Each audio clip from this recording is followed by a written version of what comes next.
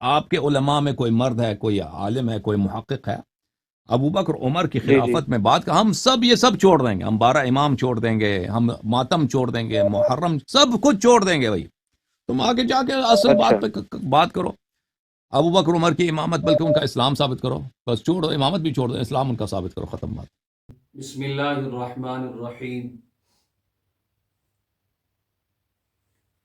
جیسا کہ آپ نے اس جاہل آدمی کا کلپ سماعت کیا، یہ کہہ رہا ہے کہ خلافت کو چھوڑو، تم حضرت ابو بکر عمر کا ایمان ثابت کرو، کہ حضرت عمر بن خطاب اور حضرت ابو بکر صدیق رضی اللہ تعالی عنہ کا تم ایمان ثابت کرو کہ وہ ایماندار تھے، یعنی کہ مسلمان تھے یا نہیں۔ تو یہ کہتا ہے کہ وہ مسلمان ہی نہیں تھے، جب مسلمان نہیں تھے تو ان کی خلافت باطل ہے کیونکہ وہ معاذ اللہ کافر تھے۔ یہ کہہ رہا ہے کہ ان کا تم ایمان ثابت کرو۔ تو اب ہمارے نزدیک چونکہ کتاب اللہ ہے، اس کے بعد اقوال مصطفیٰ صلی اللہ تعالی علیہ وسلم، تو سب سے پہلے ہم صحابہ کرام علیہم الرضوان کا ایمان جو ہے وہ قرآن سے ثابت کرتے ہیں۔ اس سے پہلے ایک بات بتانا چاہتا ہوں کہ جو صحابہ کرام علیہم الرضوان کو گالم گلوچ کرتا ہے، لعن طعن کرتا ہے، طعن و تشنیع کا نشانہ بناتا ہے، تو یہ کام کن کا ہے؟ تو اللہ تبارک و تعالیٰ کا قرآن کریم کے اندر ارشاد ہے، رب ذوالجلال نے ارشاد فرمایا لیغیظ بہم الکفار، فرمایا جو صحابہ سے بغض رکھتا ہے، جو صحابہ کو برا جانتا ہے تو وہ کفار کا شعار اپناتا ہے۔ جو کفار کا شعار پھر اپناتا ہے تو حدیث مصطفیٰ صلی اللہ علیہ وسلم کی روشنی میں حضور علیہ الصلوۃ والتسلیم نے فرمایا کہ جو جس قوم کی مشابہت اختیار کرتا ہے قیامت والے دن اسی قوم میں سے اٹھایا جائے گا۔ گالی دینا یہ کفار کا شعار ہے تو حدیث مصطفیٰ کریم صلی اللہ علیہ وسلم کی روشنی میں وہ کفار کی لائن میں ہی شمار ہوگا، مسلمانوں کی لائن سے وہ خارج ہو جائے گا۔ تو یہ آپ نے قرآن و حدیث کی روشنی میں سنا کہ جو صحابہ کرام علیہم الرضوان کو گالم گلوچ کرتا ہے تو وہ اپنا جو ہے وہ شمار کفار میں کرتا ہے، اور حدیث مصطفیٰ میں ہے کہ جو پھر ان کا شعار اپناتا ہے وہ کل قیامت والے دن انہی میں سے ہوگا۔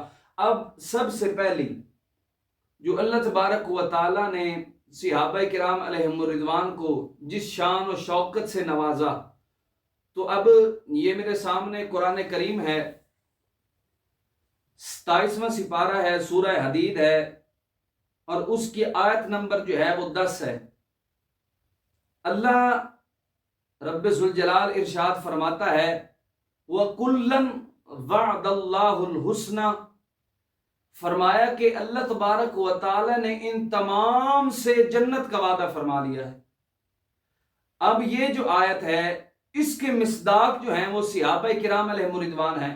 اللہ تبارک و تعالی ارشاد فرماتا ہے کہ اللہ تبارک و تعالی نے ایک سے نہیں، دو سے نہیں، تین سے نہیں، بلکہ ان تمام سے اللہ تبارک و تعالی نے اچھا وعدہ کیا ہے کہ کل قیامت والے دن انہیں اچھی جزا دی جائے گی، اور قیامت والے دن جو اچھی جزا ہے وہ جنت ہوتی ہے، نہ کہ کوئی اور ہوتی ہے۔ تو قرآن کی روشنی سے ہم نے صحابہ کرام علیہ الرضوان کا ایمان ثابت کیا، اور یہ جو دعویٰ کر رہا ہے کہ وہ مسلمان نہیں تھے تو اقوال صحابہ میں سے یا اقوال اہل بیت میں سے یا خداوند قدوس کے فرامین میں سے کوئی ایک فرمان اور رب ذوالجلال کے پیارے محبوب صلی اللہ تعالی علیہ وسلم کی ذخیرہ یا حدیث میں سے کوئی ایک حدیث ہمارے سامنے لائے تو ہم اس کی بات کو مانیں۔ چونکہ اس نے دعویٰ کیا تھا کہ صحابہ کا ایمان ثابت کرو، تو ہم نے قرآن سے صحابہ کا ایمان ثابت کیا ہے۔ تو اللہ تبارک و تعالیٰ کے پیارے حبیب صلی اللہ تعالی علیہ وسلم کے پیارے صحابی حضرت عمر، حضرت عثمان، حضرت ابو بکر صدیق رضی اللہ تعالی عنہ کا جو ایمان ہے وہ قرآن کی روشنی میں ہم نے ثابت کر دیا۔ اب جی دوسرا حوالہ آپ کے سامنے پیش کرتا ہوں، یہ میرے پاس خلافت کے حوالہ سے ہم نے ان کا اسلام ثابت کیا، اب ہم ان کی خلافت ثابت کریں گے، یعنی کہ خلافت ہم نے اپنی طرف سے بنا رکھی ہے، یہ اللہ تبارک و تعالی نے ان کو اعزاز بخشا۔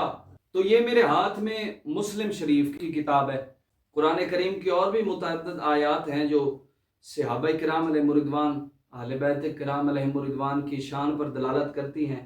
تو یہ ہم نے ایک آیت آپ کے سامنے پیش کی، کیونکہ مختصر ٹائم ہوتا ہے۔ تو اب میرے ہاتھ میں جو ہے یہ مسلم شریف کی کتاب ہے، اس کے اندر جو ہے امام مسلم رحمۃ اللہ تعالی علیہ اپنی اس مسلم شریف کی کتاب کے اندر حدیث خلافت کو نقل کرتے ہیں کہ حضور علیہ الصلوۃ والتسلیم نے ارشاد فرمایا کہ میں حضرت ابوبکر صدیق کو ہی اپنا خلیفہ مقرر فرماؤں۔ کتاب الفضائل ہے، جلد نمبر 2، صفحہ نمبر 279۔ اس کے اوپر حدیث نمبر جو ہے 6182۔ اس کی جو راویہ ہیں وہ امی عائشہ الصدیقہ رضی اللہ تعالیٰ عنہ۔ آپ ارشاد فرماتی ہیں فقال علی رسول اللہ صلی اللہ تعالی علیہ وسلم فی مرضہ ادعی لی ابا بکر اباک و اخاک۔ امی عائشہ الصدیقہ فرماتی ہیں کہ حضور علیہ الصلوۃ والتسلیم حالت مرض میں تھے تو انہوں نے فرمایا کہ میرے لیے ابوبکر صدیق رضی اللہ تعالیٰ عنہ کو بلاؤ، ابا کے و اخا کے، اپنے باپ اور اپنے بھائی حضرت عبد الرحمن بن ابی بکر کو بلاؤ، حتی اکتب کتابا فانی اخاف ان یتمنى متمنن ویقول قائل انا اولا یأبی اللہ والمؤمنون الا ابا بکر۔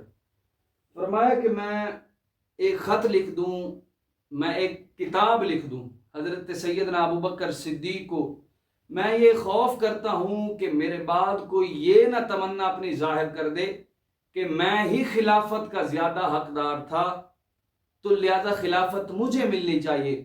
تو فرمایا یا اب اللہ، اللہ بھی اس چیز سے انکار کرتا ہے، والمؤمنون، اور مومن بھی انکار کرتے ہیں کہ خلیفہ رسول اللہ صلی اللہ علیہ وسلم کے بعد جو بننا ہے اسے ابوبکر صدیق کہا جاتا ہے۔ فرمایا کہ وہ حضرت ابوبکر صدیق ہی ہیں جو رسول اللہ صلی اللہ علیہ وسلم کے بعد خلافت کے زیادہ حقدار ہیں۔ تو یہ اب حدیث مصطفیٰ صلی اللہ تعالی علیہ وآلہ وسلم، چونکہ قرآن کے بعد بخاری شریف ہے، اسی طرح سیاستہ کا ایک اپنا مقام و مرتبہ ہے، تو یہ سیاستہ میں سے ہم نے، کیونکہ یہ کہہ رہا ہے کہ تم اپنے عالم کو بلاؤ میرے ساتھ مناظرہ کرے، نہیں، ہمارے اسلاف نے اتنا ایک کام کر دیا ہے کہ ہم جن کو مانتے ہیں قرآن و حدیث کی روشنی میں مانتے ہیں۔ قرآن فرماتا ہے وَقُلًّا وَعَدَ اللَّهُ الْحُسْنَى، اللہ تبارک و تعالی نے ان تمام سے جنت کا وعدہ فرما لیا ہے۔ ادھر حضور علیہ الصلوۃ والتسلیم کا قول اس چیز پر دلالت کرتا ہے کہ میرے بعد اگر کوئی خلافت کا حقدار ہے تو اسے ابوبکر صدیق کہا جاتا ہے۔ اب دوسری حدیث، اسی کے ساتھ دوسری حدیث جو ہے اس کی وہ آپ کی سماعتوں کے حوالے کرتا ہوں۔ میرے کریم مصطفیٰ صلی اللہ تعالی علیہ وآلہ وسلم نے ارشاد فرمایا، اس حدیث کے جو راوی حضرت ابو ہریرہ رضی اللہ تعالیٰ عنہ، چونکہ روافض کو ابو ہریرہ بھی نہیں برداشت ہوتے، تو اب سنیے کہ حضرت ابو ہریرہ نے کیا حدیث جو ہے وہ ہمیں پہنچائی ہے، ہم تک پہنچائی ہے، مصطفیٰ کریم صلی اللہ علیہ وسلم کے مبارک منہ سے سن کر ہم تک جو حضرت ابو ہریرہ رضی اللہ تعالیٰ عنہ حدیث پہنچائی ہے وہ یہ ہے۔ ایک دن حضور علیہ الصلوۃ والتسلیم بیٹھے تھے تو آپ نے فرمایا من اصبح منکم اليوم صائما، فرمایا تم میں سے کون ہے جس نے آج روزہ رکھا ہو، تم میں سے کون ہے جس نے آج روزہ رکھا ہو؟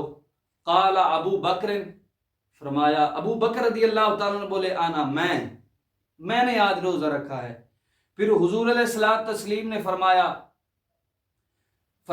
فمن تابع منکم اليوم جنازۃ، قال ابو بکر انا، حضور علیہ الصلوۃ والتسلیم نے فرمایا کہ تم میں سے کون ایسا شخص ہے جنازہ پڑھا ہو؟ تو حضرت ابو بکر صدیق بولے انا، میں۔ پھر حضور علیہ الصلوۃ والتسلیم نے فرمایا فمن اطعم منکم اليوم مسکینا، فقال ابو بکر انا، حضور علیہ الصلوۃ والتسلیم نے فرمایا کہ تم میں سے آج کس نے مسکینوں کو کھانا کھلایا ہے؟ تو حضرت ابو بکر صدیق رضی اللہ تعالیٰ عنہ بولے یا رسول اللہ وہ میں ہوں۔ پھر حضور علیہ الصلوۃ والتسلیم نے فرمایا فمن عاد منکم اليوم مریضا، فرمایا حضور علیہ الصلوۃ والتسلیم نے فرمایا کہ تم میں سے کون ہے ایسا شخص جس نے مریض کی عیادت کی ہو، تیمارداری کی ہو؟ فقال ابو بکر انا، حضور علیہ الصلوۃ والتسلیم کے صحابی حضرت ابو بکر صدیق بولے یا رسول اللہ وہ میں ہوں۔ حضور علیہ الصلوۃ تسلیم نے آگے جو ارشاد فرمایا یہ حضرت سیدنا صدیق اکبر کے جنتی ہونے پر دلیل ہے۔ میرے مصطفیٰ کریم صلی اللہ علیہ وسلم نے پہلے آپ نے جو سنی وہ خلافت کے لحاظ سے تھی، تو اب یہ جو حدیث ہے یہ جنتی ہونے کے لحاظ سے ہے۔ حضور علیہ الصلوۃ تسلیم نے فرمایا، اور یہ تمہیں پتہ ہونا چاہیے کہ جو کفار کے لیے دعائے مغفرت کرتا ہے کہ یا اللہ اسے معاف فرما دے، اسے جنت میں داخل فرما دے، وہ کافر ہو جاتا ہے۔ یہ ہمیں مصطفیٰ کریم صلی اللہ علیہ وسلم سے پتہ چلا۔ حضور علیہ الصلوۃ تسلیم کی شریعت میں جو کفار کے لیے دعائے مغفرت کرتا ہے وہ دائرہ اسلام سے خارج ہو جاتا ہے۔ تو جب حضور ہمیں یہ بتائیں اور خود جہنمی کے لیے دعا کریں تو پھر شریعت بتانے کا فائدہ کیا ہوا؟ کہ حضور علیہ الصلوۃ تسلیم ہمیں تو بتاتے کہ کفار کے لیے تم نے دعا استغفار نہیں کرنی، اور تمہارے قول کے نزدیک، تمہارے قول کے مطابق تم بکواس کر رہے ہو کہ حضرت ابوبکر صدیق جو ہے معاذ اللہ جہنمی تھے۔ تو اب حضور علیہ الصلوۃ تسلیم نے حضرت ابوبکر صدیق کے جنتی ہونے کی بشارت دی، تو حضور علیہ الصلوۃ تسلیم سے زیادہ تم میں معاذ اللہ علم آ گیا۔ جب حضور نے ہمیں بتایا کہ کفار کے لیے مسلمانوں کا شعار نہیں دعائیں مغفرت کرنا، حضور علیہ الصلوۃ تسلیم حضرت ابوبکر صدیق کے لیے جو دعا کر رہے ہیں، پھر حضور علیہ الصلوۃ تسلیم پر تم کیا حکم لگاؤ گے؟ تو پھر حضور علیہ الصلوۃ تسلیم نے جب یہ پوچھ لیا تو آپ علیہ الصلوۃ تسلیم نے فرمایا مجتمعنا فی امر الا دخل الجنہ، فرمایا یہ تمام آتے جس کے اندر ہوں جمع ہو جائے، فرمایا وہ جنت میں داخل ہوگا۔ تو یہ میرے مصطفیٰ کریم صلی اللہ علیہ وسلم کا فرمان اس چیز پر دلالت کر رہا ہے کہ حضرت ابوبکر صدیق جہنمی نہیں، حضرت ابوبکر صدیق جنتی ہے۔ اب یہ بخاری شریف چونکہ قرآن کریم کے بعد جس کا مقام و مرتبہ ہے اسے بخاری شریف کہا جاتا ہے، تو یہ بخاری شریف کی جلد 2 میں ہے۔ اس کے اندر امام بخاری رحمۃ اللہ تعالی علیہ آپ بھی خلافت کے حوالہ سے جو ہے وہ حدیث آپ نقل فرماتے ہیں۔ آپ نے لکھا اس کی جو راویہ ہے، اس کے جو روایت کرنے والے ہیں امی عائشہ صدیقہ رضی اللہ تعالیٰ عنہ، لقد حممت او اردت ان ارسل الى ابی بکر وابنہ وآہد ان یقول القائلون او یتمنى متمنون ثم قلت یأبی اللہ ویدفع المؤمنون او یدفع اللہ ویأبی المؤمنون۔ میں نے ارادہ کیا یہ کہ بھیجوں حضرت ابو بکر صدیق رضی اللہ تعالیٰ عنہ کی طرف اور ان کے بیٹے کی طرف، اور میں یہ خوف کرتا ہوں کہ میرے بعد کوئی کہنے والا یہ نہ کہہ دے اور تمنا کرنے والا تمنا یہ نہ کر دے کہ میں ہی خلافت کا زیادہ حقدار ہوں۔ تو فرمایا یأبی اللہ ویدفع المؤمنون، فرمایا کہ اس کا اللہ تبارک و تعالیٰ بھی انکار کرتا ہے اور مومن بھی انکار کرتے ہیں۔ تو اب انہی کا ذاکر عمر رضی اللہ تعالیٰ عنہ کے بارے میں کیا ملاحظہ فرمائے؟ نقول جزا الله الخليفة الثاني عمر بن الخطاب رضي الله عنه كان له الفضل بأن نكون نحن في الإسلام ونتشرف بالإسلام وبنور الإسلام لأنه هو الذي فتح العراق۔ اللہ تبارک و تعالی حضرت عمر فاروق رضی اللہ تعالیٰ عنہ کو جزا عطا فرمائے، خلیفہ دوم کو جزائے خیر عطا فرمائے۔ کیوں؟ کہ انہی کی وجہ سے ہم مسلمان ہوئے،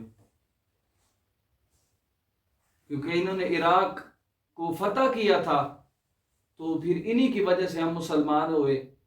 ان کے بڑے جن کو یہ اپنا بڑا کہتے ہیں وہ یہ کہتے ہیں کہ ہمیں حضرت عمر کی بدولت ایمان نصیب ہوا، اور یہ اٹھ کر بکواس کریں کہ حضرت عمر معاذ اللہ کافر تھے، حضرت ابوبکر صدیق رضی اللہ تعالیٰ عنہ کافر تھے، تو پھر انہیں اپنا گھر کھنگالنا چاہیے کہ تمہیں جو ایمان نصیب ہوا ہے وہ بدولت حضرت عمر فاروق رضی اللہ تعالیٰ عنہ کی وجہ سے اللہ نے تمہیں ایمان سے نوازا، اور تم انہی کے اوپر بکواس کرنے شروع ہو گئے، انہی کے اوپر تان و تشنیع کرنا شروع ہو گئے۔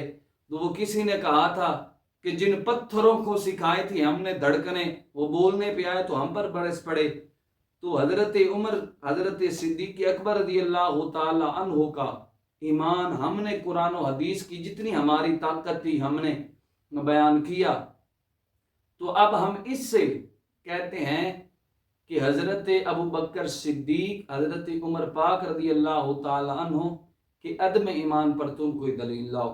اللہ سے دعا ہے کہ رب کائنات ہمیں ان جیسے گندے فتنوں سے نجات عطا فرمائے. اللہ تبارک و تعالی اپنی حفظ و امان میں ہمیں ہمیشہ رکھے. وآخر دعوایا ان الحمدللہ رب العالمین. رہنمائے کاملہ میرا رضا